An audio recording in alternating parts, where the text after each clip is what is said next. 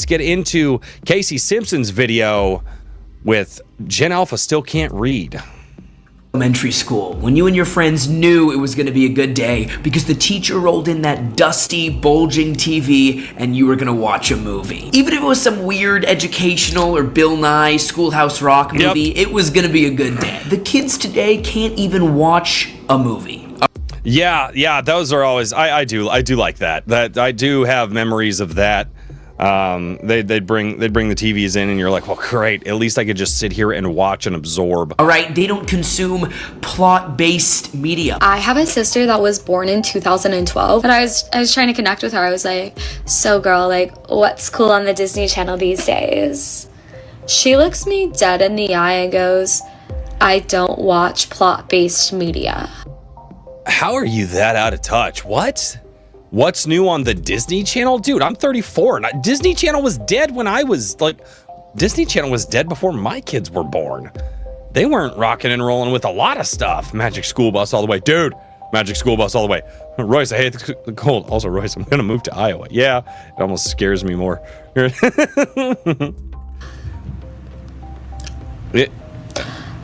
Plot-based media, that's just everything that isn't TikTok. We're at the point where kids are learning the 6-7 meme before they're learning the numbers 6 and 7. You will have kids who don't know how to count, and they're learning how to count, and as they learn how to count, they find the number 6 next to the number 7, and they just explode. 6. No, 6. 7. 6, 7. But this stuff, it's not just... Okay, so again, this goes back to the common thing that we've been talking about. This goes back to poor parenting. This goes back to parents not educating their children, obviously. And we sit here and we go, oh my goodness gracious, how come the kids aren't being able to do these things anymore? Well, the fact of the matter is, once we relinquish the control over our children to the media, just media, not even social media, just media in general, there is a level of stunted development there. You know, it's one of the things, it's like, yeah, I mean, our kids are still allowed to play video games and they're still allowed to watch the shows that we approve, but also when we start noticing that they're slacking on their schoolwork because we homeschool, we remove all of that from them. I take the power cords out of all the TVs and I hide the power cords so that way they can't turn them on. And so, and funny enough, literally after a day, all of a sudden, they're back into their reading, they're back into their school, like, right, they get that reset, they get that time. You have to have diligence and understanding, and you have to have discipline. And by discipline, I don't mean corporal punishment.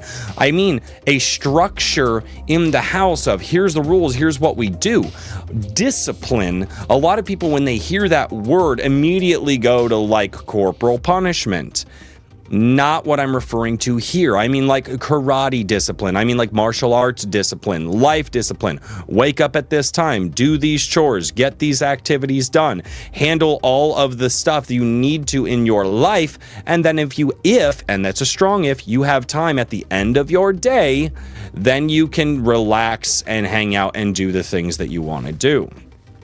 It's nefarious. We have reports from educational foundations that not only can Gen Alpha not read, not do math, not speak English, but literally their IQ is falling. Yes. Until now, every generation's IQ has increased. That's what's called the Flynn effect. Until today. Studies now find a 12-point gap between Gen Z and Gen Alpha, which can be the difference between being a little slow and having Down syndrome. The Alphites have 30% lower attention spans, only 30% of fourth.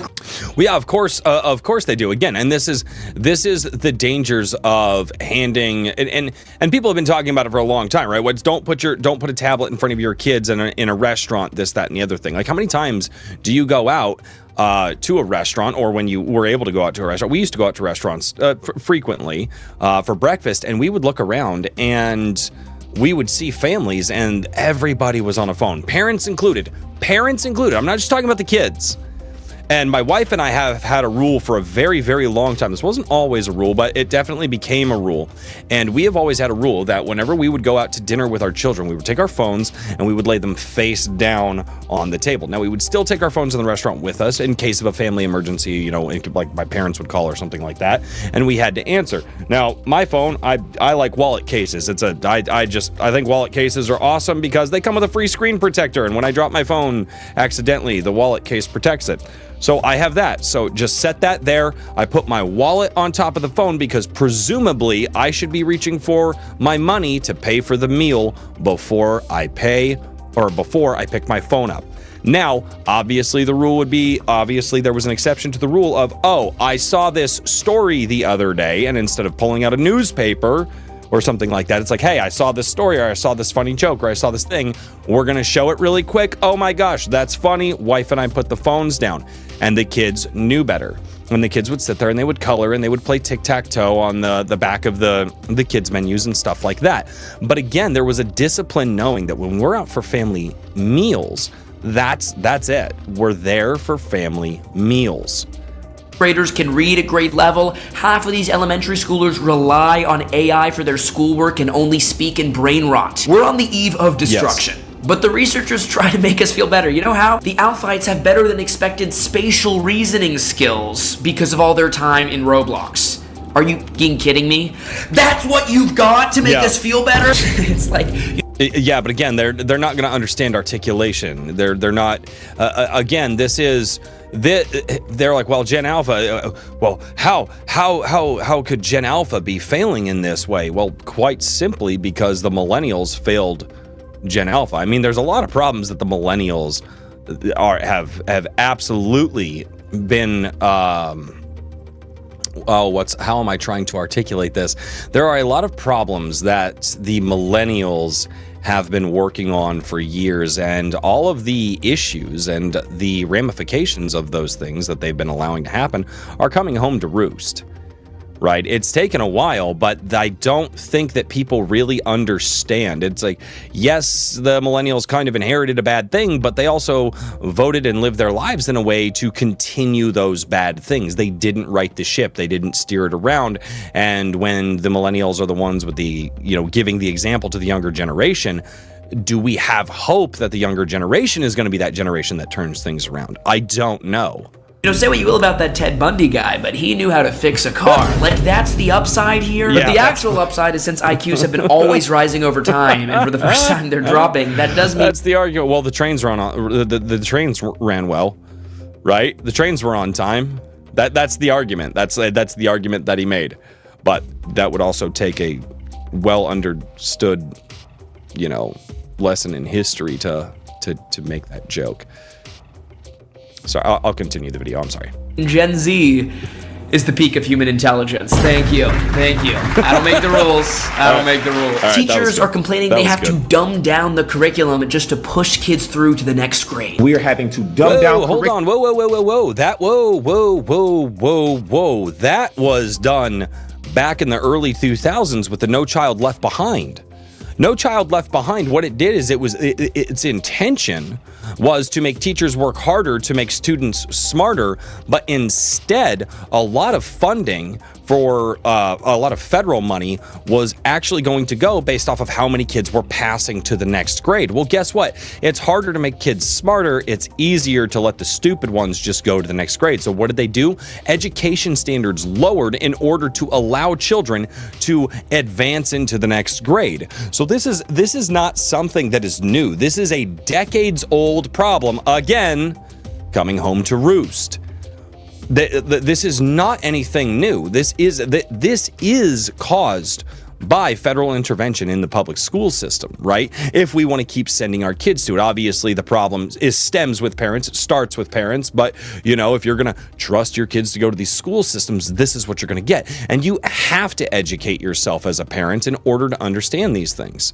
But most people are going to use the excuse, well, I just don't have time. I just don't have time to look into all of this. Well, if you don't have time to look into all of this, then you're sacrificing the time that you could be putting into your children, and you're sacrificing their future. So I'm glad you don't have time. You should have made time. To get these kids to where they need to be, and they're not getting there. I promise you, and I'm not the only one saying it. But I don't understand why they're not stressing to y'all how bad it is. Like, I'm not even trying to be funny, but these kids are... I'ma just say this. I teach 7th grade, they are still performing on the 4th grade level. Yeah, of They course they are are. so used to having a device in their hands at all time that when there comes a time there is no device, they will just start playing it with their thumbs and their fingers in the air as if they do have a device in. Oh, okay. This one can go one way or the other. I'm of two minds on this. One, I remember when I didn't have like my Game Boy or anything like that, and I would say, well, what am I supposed to do with my hands now? You know what my parents would say? Twiddle your thumbs. Right? You want to fidget. You want something to fidget with. Sitting there doing this. Now, this could be indicative of a larger problem, but we know forever that human beings have always fidgeted with their hands when they don't have something to do, right? It's wait, now they sit there. I mean, come on. They were the fidget clickers, the things that you could spin around. Well, what do you need for your hands to do fidget clicking? And now they're like, oh my gosh, the children are fidgeting with their hands. I mean, again, is this indicative of the fact that children are way too addicted to devices at a young age? I mean, especially when they're in the developmental stages like this, which you pretty much are in development until you're like 25. But in the developmental stages like this, yes, this could be causing a problem. But also, I'm not going to sit here and say that, oh my goodness gracious, it's so terrible that a child is fidgeting with their hands. Because again, there needs to be more to this. In their hands. Kids can't follow basic instructions. Having to teach and work with you guys as children has been the most traumatic experience. And again, look at the level of teachers. We just saw 2 or 3 different teachers that are not able to speak in proper English. Their articulation is terrible. They're using slang. I mean, can you imagine going to a school, sending your child to a school where it's like, hey, you need to learn to speak properly, articulate properly, understand the way that sentence structure works when your teachers can't even speak in the English that they're supposed to be teaching? Of my life. I teach 5-year-olds ballet. They don't respect any authority. You ask them, can you stand in your designated spot? They're telling you no and shut up. And another thing that's heart-wrenching is horrifying. Yeah, it's because parents aren't parents. Your 5-year-old daughters are asking to listen to Pound Town. I'm playing them Princess Tiana ballet music. And they are asking me, can we hear Pound? Yeah.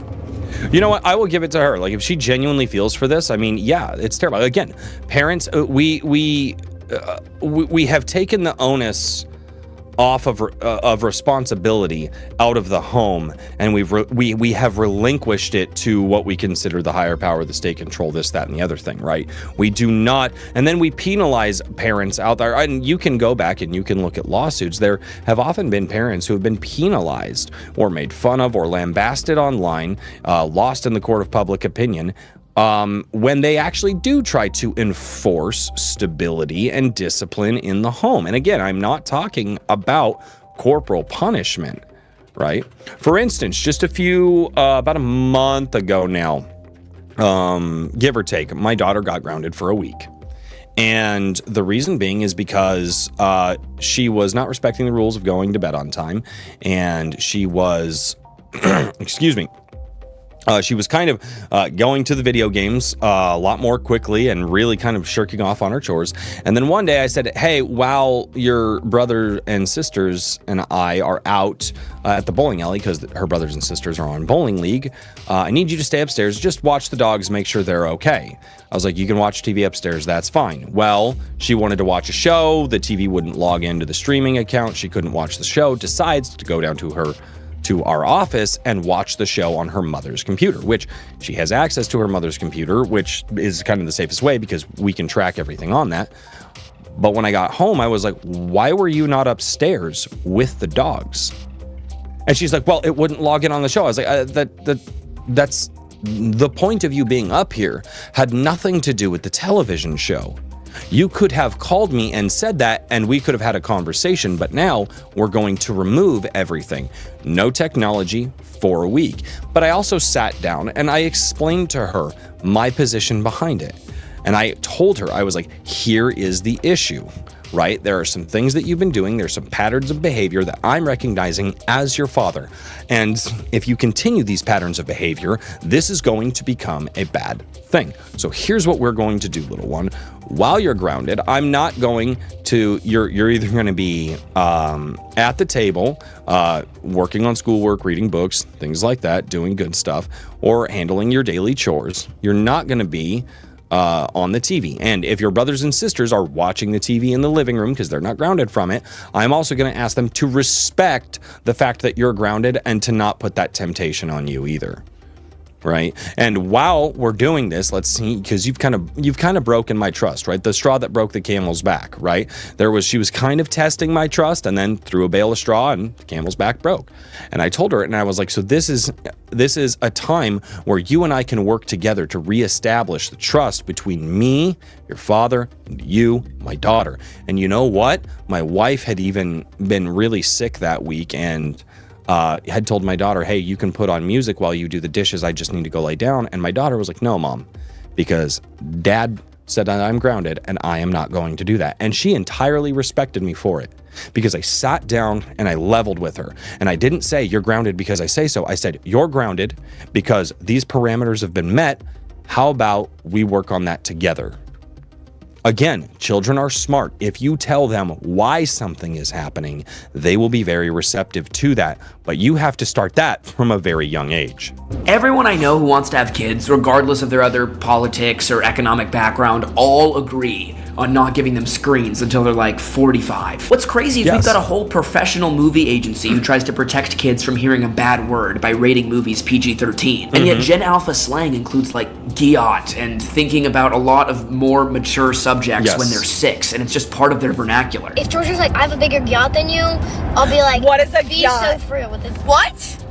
What on earth I'm is sorry, a yacht? what? A yacht? A yacht! So, a yacht? It stands for It stands for girl, your booty thick. Seriously, things have gotten hyper real. Let me explain. Gen Alpha has hyper-stimulated versions of past generations, okay? So think about Mr. Beast. He is just the hyper-stimulating version of old game shows. Yeah, all the brain rot absolutely. sexual terms like giat is just a hyper-stimulated version of actual sexual terms older people use. All the kids shows they watch on YouTube, and this is the one that hits closest to home for me, are hyper-stimulated version of real kids shows like on Nickelodeon. You watch these YouTube kids shows, they get tens of millions of views, and you can clearly see these are just like non-verbal, more colorful, more gimmicky versions of Sweet Life of Zack and Cody, of Henry Danger, of iCarly, of Hannah Montana. All the brain rot the Alphites are speaking is literally melting teachers' brains, and they just can't take it anymore. A lot of them have quit. I'm a middle school teacher, and I will tell you, by far, we are doomed. And again, all of this goes into the idea that we as a society have said, it's okay, parents, you don't have to teach your children. You'll just send them off to somewhere. You'll send them off to somewhere with somebody else who's run by the federal government, who's run by the state government. They'll teach your children. After decades and decades of telling parents they do not have the onus of responsibility for actually being the teachers of their children, this is what you get. This is exactly what you get. And for some reason, it doesn't matter how many times guys like me say, well, duh, of course this was going to happen. How does this surprise anybody? This is not surprising to anybody because children are oftentimes, in the majority, not being taught anything until they enter a school. And they've already established behavioral patterns by the time they're 6 or 7 years old where they don't need to do they don't need to respect others, right? Because they don't have to do it at home. Again, when you sit there and tell parents for generations, for decades, it's not their problem, it's somebody else's, what else do you think the outcome of society is? Truly, honestly, tell me. Because this is not surprising to me. The first generation to have their education, their entertainment, oftentimes their company, because playdates are way down, outsourced to like Kai Cenat and Mr. Beast and Twitch streamers and TikTokers. And it's like these kids have no inner monologue. They have no internal life, no human experience. They're just sort of receptacles for brain rot and screen time. Listen to this one girl's experience having a Gen Alpha waiter. I had a Gen Alpha kid as my server the other day, and this is how it went. Hi, sit wherever you want.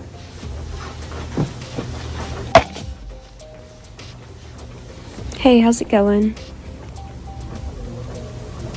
Are you ready to order? It's gotten so bad that Sam Altman, big daddy of ChatGPT, Interesting. says he doesn't know how people raised kids without ChatGPT. Well, I can tell you, Sam, a lot better than they're doing now. A photo went viral of this owl Of fight course. at a nice restaurant, completely going full iPad kid, eating her spaghetti, watching How to Train Your Dragon live action or whatever. This is just the tip of the iceberg. Kids are more muted today. They're less enthusiastic today. They're less agentic today. And one Well, and again, you know, he mentioned something here about them not having an internal life, and that is something that is unbelievably important.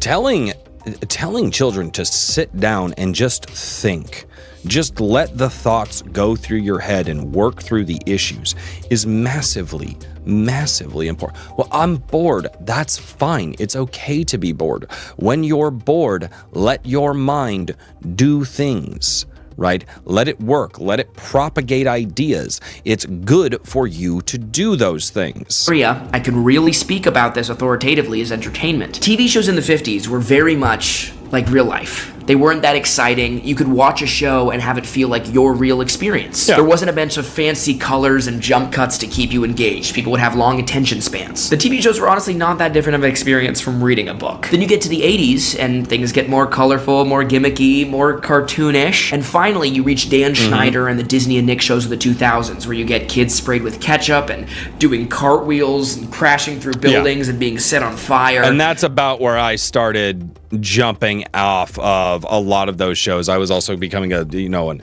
older teenager at the time, and a lot of this, I think one of the last like Nickelodeon shows that I ended up watching was Drake and Josh. Like at the end of Drake and Josh, like when that was done, I was like, okay, cool.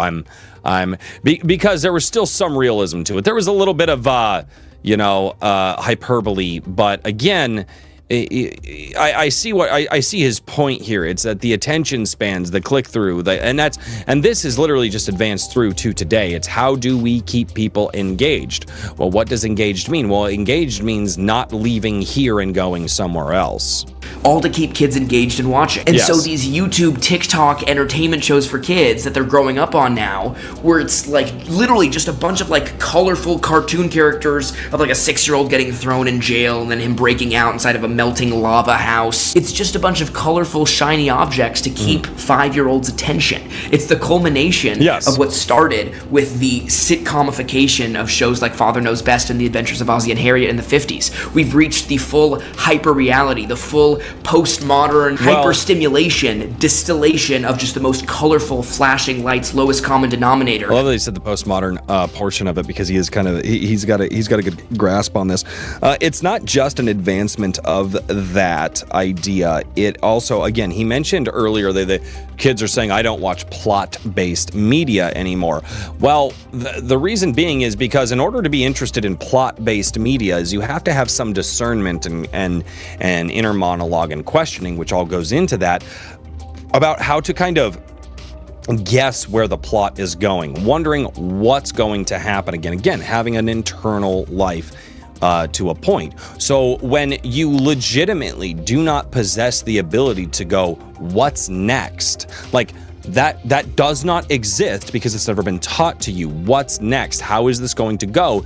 You do not find a lack, or you do not get a positive experience of wanting the next thing. All you know is thing in front of me, good now, right? You can't reach out and wonder, oh my goodness, how is this going to turn out? It's part of the reason why a lot of kids will watch the end of something, go, I liked the end of this. And you're like, really, why? They're like, I just thought it was cool. The fight was cool. It's like, okay, but like also it kind of sucked because they dropped the ball on a lot of the ideas that they had here. And again, they're not necessarily following the plot. They're following the colors. Very, very, again, picture is worth 1,000 words. That is seeming to fall apart. In fact, as we're seeing, a picture is worth no words. It's worth empty entertainment. And again, I do go back and keep saying, like, this has been something that's been noticeable and quite apparent for a long time. And the people like me who are like, no, this is bad. We should stop doing this. My parents, same thing. All the people, oh, you crazy homeschool people. How, like, oh, you're going to homeschool? Yes, I am going to homeschool my kids. Absolutely. Because I'm going to teach them to be thoughtful. And even if they're not the greatest at math or the greatest at English or the greatest at any of this other stuff, I'm going to teach them how to solve their problems. I'm going to teach them how to interact with other people, right? All of this is necessary for the human life. And again, now it's coming to a head where people are, what's the problem? It's like, well, maybe you should have listened to the conspiracy theorists who were telling you that the public education system was absolutely, completely, and utterly fucked. That started with real TV shows and real content and real stories 70 years ago. What's the final extension of shows getting more and more cartoonish and less like real life, just focused on keeping your attention? TikTok. Now our entertainment is completely removed from how we live our life. Scrolling to see the next dance or political rant or dog video is putting your source of entertainment and pleasure as further and further removed from your practical life. So your practical life seems boring by comparison, even if it's subconscious. Even what YouTube used to be, like the YouTubers I grew up on, Nigahiga, Smosh, I mean, they had like kind of stupid comedy sketches sometimes. Okay, he makes a really good point there, is that it's being more and more removed from like your daily life and like what you do in your daily life. Like, I mean, a lot of the stuff that I watch are people talking about video games, like the Unsubscribed podcast, people talking about that, people talking about history, people talking about people having the same conversations that I'm having, right? And making sure that I kind of, and that, because that's what I engage with the most. When you are watching, I mean, occasionally you watch an action movie with an action movie hero, go, oh, that guy's cool as hell. But again, when you get, it's not even so much a fictionalized version of your life. It's so far removed. It's kind of almost beyond fiction, right? It's entering a point where it's just non-reality. Whereas fiction used to have some basis in reality in order to connect with it. And what he's referring to is just like this non-reality. I mean, Instagram was guilty of it years ago. I mean, that's why you oftentimes would see an exponential climb in depression with young girls who were engaging on Instagram, because the Instagram filters, you could do anything and everything. And when they wouldn't get the clicks and the likes and stuff like that, they were like, oh my gosh, I have to change my appearance. Obviously nobody likes me, because again, we removed your ability to be valued in society by who is in your close-knit community, by this ephemeral, ethereal online community that supposedly will just love you for who you are, which I'm sorry, the fact of the matter is, the world, its default setting is to hate you. Period. Why? Don't know. That's just how the world is. You know what the default setting of your community is, especially if it's your close community? To like you, right? But instead, people thought it would be easier to go out and gain all of this attention online predominantly because it made it look like it was so much better. And the amount of people out there that were lying on Instagram, and all these stories have come out to make their lives seem so absolutely good, how many times have we seen all of that crash and burn? Right? Because they were lying online to make their life seem like it was something that it was not. And that's where you enter like the non-reality, right? It's not your life. You're looking at something that doesn't exist and you can't even identify with, and hoping that you can be this happy one day too, not realizing that the person taking that photo was portraying themselves in a lie. But they had a story, they had something going on, they had characters that would come back. Now you just have like these colorful moment-to-moment dopamine hits that don't extend into any kind of substance. Therefore, it's no surprise that kids can't hold long conversations or even socialize among themselves without resorting to brain rot or some kind of high-intensity game, because we've brought them up on quick flashing lights. My friend tried to ask his Well, this is also a problem of small families too. Right, children, single child households, or households that have few children, and then they just put a tablet in front of the kids that are there. No, the children need to interact with each other, because the children will teach each other how to interact with other children their own age, especially if we have 4 children, and guess what? They do have friends now, but for a long time they didn't. But you know who they interacted with? Themselves, each other, right? And and we still, okay, yeah, we knew what some of the popular shows were, and we would allow them to watch certain ones and disallow them to watch others. But again, when you have these households where they don't have a lot of kids, I don't view our family as having a lot of children either. We've only got 4 kids. Now, for the modern day world, it's, oh my gosh, that's so many kids. I really don't think it was. I really don't think 4 children is. But again, my children were still able to, and oftentimes when we remove technology, they are now talking with each other, having extended conversations. It might be childish conversations. They might just be joking around and having a fun time, but they're still engaging and interacting that part of their mind because they have other children around them to do such. Alpha cousin, like how his life was like, if he was enjoying school, and he just didn't have anything to say. No observation, no feeling about it, not good, not bad. And he kind of said 6, 7, and it was funny, but it just masks the fact that he doesn't have any like opinions or feelings or like internal felt experience that he has access to. A number of historians believe that humans as they existed 20,000 years ago weren't conscious. To clarify, of course they were literally conscious, but what we mean is, you know how when you were a little kid you might have some memories of some sights and sounds and people you knew, but you didn't have like a bunch of opinions about it, or you didn't really feel like you were a full person going through the world like you do now? It's in that kind of way,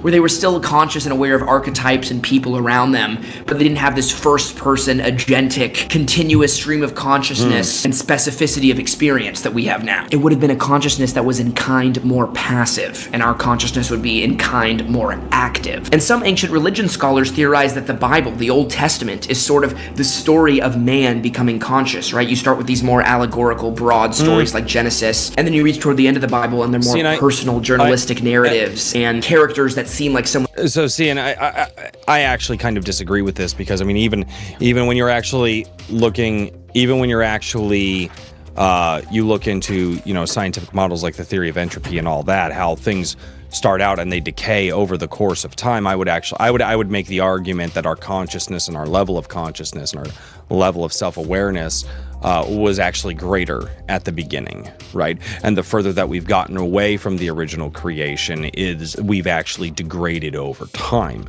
Now we're going to have ebbs and flows. I mean, just look at the writings. I mean, we go back and we look at the people who could write, right? Now maybe literacy wasn't a big thing, but why is it that we're still quoting Plato nowadays? Why is it that some of the greatest philosophers to ever lived hundreds of years ago, thousands of years ago? Well, that doesn't stipulate that we're in fact growing over the course of the ages. We might be possessing different knowledge and more knowledge and learn how to melt metal in certain ways, but that doesn't necessarily mean that we ourselves are more internally sound than we were back then. And again, I actually do disagree with the idea that people say that that's when man became conscious. I believe that we were created conscious. Period. It's not that, and now we can see how everything is degrading as time goes on. When you'd meet on the street, rather than like a more mythological figure that you see at the beginning of the Old Testament. So I think we're reversing that trend for the first time in human history. I think we are starting to become less conscious. I think we are becoming part cyborg, and maybe it culminates with Gen Z as experiencing the world, but I think we're sort of going back in time to like 10,000 years ago, where we were kind of more just smart animals going through the world without that real consciousness. I know I'm not saying like Gen Alpha are zombies, I'm just saying they're starting to go in the zombie direction, okay? Going back to how entertainment for Gen Alpha has so devolved, there's a meme that encapsulates this perfectly, where you used to have sort of boring shows and kids had a strong internal life, and now you have really colorful shows so the kids don't feel the need to use their imagination at all. Kids have outsourced creativity to YouTube, and the viewers are just these passive receptacles for what they're watching. And to preempt the old man shouts at cloud comments, yes, there have always been stupid trends like, what's up? What's 9 plus 10, 21? What's 9 plus 10? 21. Or what does the fox say? Or treating gingers as human beings. Just think about the owl fights you know. Like, I know a couple owl fights, and they're just less gregarious than I remember kids being. Everything around them is so overwhelming and overstimulating that they don't need to create any excitement of their own from inside themselves. Just think about it. And I really feel like this is a problem, especially in a lot of population centers. I live in a small town in Iowa, and I'm here to tell you right now, when the kids get outside, they are not this way. Well, there are some that are kind of this way, but when the kids get outside and they experience their heart beating and they're playing on the slides and stuff like that, they are not the children that he is describing. but I also live in an area that propagates children that are not like he's describing. About it. Like, I know this is sort of a bold claims I'm making in these videos, but think about like the early 1900s. We all like sort of know the stories of kids in like Brooklyn in 1912 or in the Depression. They would all get outside and play stickball and invent all these games and run around together. Well, that's because they had no other form of entertainment. They made these games. And I know when I was a kid, I invented like super the kids that I watched, the history videos that I watch of children in the 1900s are well, they grew up to be notorious mob bosses, but and those kids were crafty, also violent. Maybe we're watching different history. Hour tag, and I would do these weird maze games with hula hoops because you have to figure them out and make them from yourself, and you have to work with other kids that way. I don't know if I would have ever made any silly games in like a backyard with my friends if we had heroin. You know, if we could just inject heroin all day. And I think similarly, if we had like some hyper-stimulating VR worlds, I don't know we ever would have stopped to like go lemonade, crunchy ice, beat it once, beat it twice. Does anyone remember that? Like those kids in Brooklyn in 1912 wouldn't be out playing stickball if they could watch K-pop Demon Hunters remix Skibbity version. My point is that we've reached the edge of the cliff. It can't get much more intense than this beyond like VR and AI versions of what we're already doing. So now is our chance to turn the car around or keep driving off the edge. Ask the question about the limit case. Is there something wrong with a 6-year-old plugging into the Matrix and for weeks at a time going into a virtual video game world, has very limited interaction with anyone who isn't like his mom or dad, versus a kid who completely eschews technology and goes out and plays with kids and invents their own games and reads books and interacts with a bunch of real people who's excited? I think we all know deep down there's a difference there, even if like for the first year they have the same dopamine levels. But we're essentially as a society moving towards that former category as fast as we possibly can. So this is what I really need you to understand. For centuries, we forget this. Science was useless. Science was nothing. We discovered like soil was wet and like the earth revolved around the sun, but that didn't do anything for anybody. It didn't raise anybody's standards of living until, you know, starting at like 1800, it laid the groundwork for the Industrial Revolution. Yeah. Similarly, philosophy has been an interesting field for unemployed college kids, but now we are entering the world where what your life is going to be so dependent on the choices you make. In the past, what your life was depended on the technology at the time. Now, every kind of virtual life is going to be possible. So whether you want to live in the real world, whether you want to interact with real people, or whether you just want to drone and zone out of the world, it's up to you. And so your philosophical commitments and discernment, and by that I just mean like what you choose to value the most when you have these options seducing you, is going to determine your entire life in a way that philosophy has never been this practical and useful before, to say nothing of the lives of your kids. It's gonna depend on your philosophical commitments, whether you wanna outsource all your thinking to AI, or if you wanna actually think for yourself as well. Sometimes, on Tuesdays. Look at this kid watching some Mr. Beast Fortnite video at 80 times speed. You notice that he's just passively receiving it? He's not laughing and dancing or freaking out, oh my gosh, Mr. Beast is going at 80 times speed. He's just there to get his usual high level of stimulation he's accustomed to. All this content, it's just nonsensical. There's no substance. There's no story. Yeah, absolutely. And again, it sounds like he's kind of starting to go back into some of his earlier points that he made. I really like this video, actually. I'm going to share this down below, but I want to wrap this one up because we've been going for quite a while.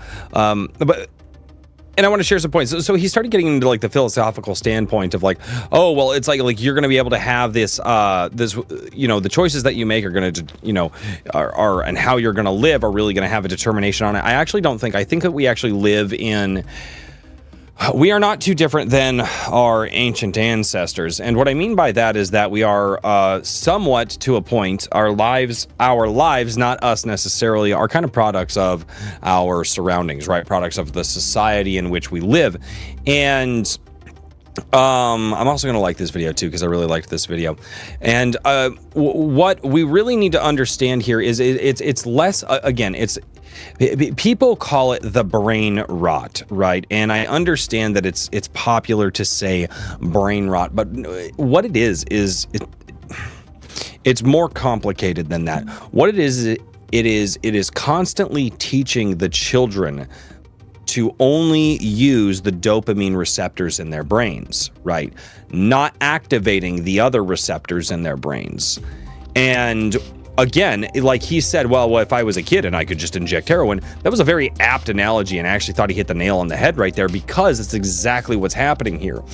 And again, this all falls back to parents needing to be actual parents and to actually teach these different lessons. It's one thing that he never touched on here. He keeps talking about society, and we're reversing as a society, and how are we doing as a society, and we need to talk about the family, right? The cornerstone, the bedrock of society is the family. And it's interesting that he's waxing philosophical about society. Now, he may make a point later in the video. I'm only 14 minutes in, and it's a 24-minute video, but I really wanted to move on to some of these other videos that I missed the other day. But it's interesting that he never brought it back to that point, and I've been beating on that drum the entire time. Again, when you look back into the 50s and 60s and 70s and the absolute campaign that there was against the nuclear family, divorce became okay. Right now, you didn't have to have moms and dads living in the same household. The family structure was destroyed there. The free love of the 60s. Right now, single parent households. Well, now all of a sudden it was okay to be a single parent household. In fact, not only is it okay, that was the preferred, voice of parenting for the longest time. And how dare you say anything about being single parents? And again, you want to see why all of a sudden we are regressing as a society rapidly. It's because when you uproot the bedrock and when you destroy it and there is nothing to build it on, you're going to see this. Again, and it's crazy to me that so many people don't see that. So many people don't go, okay, where did this all start? Now, I get yelled at and told that I'm an absolutely horrible person for pointing out that past generations and older generations really put us on this path and we needed to stop.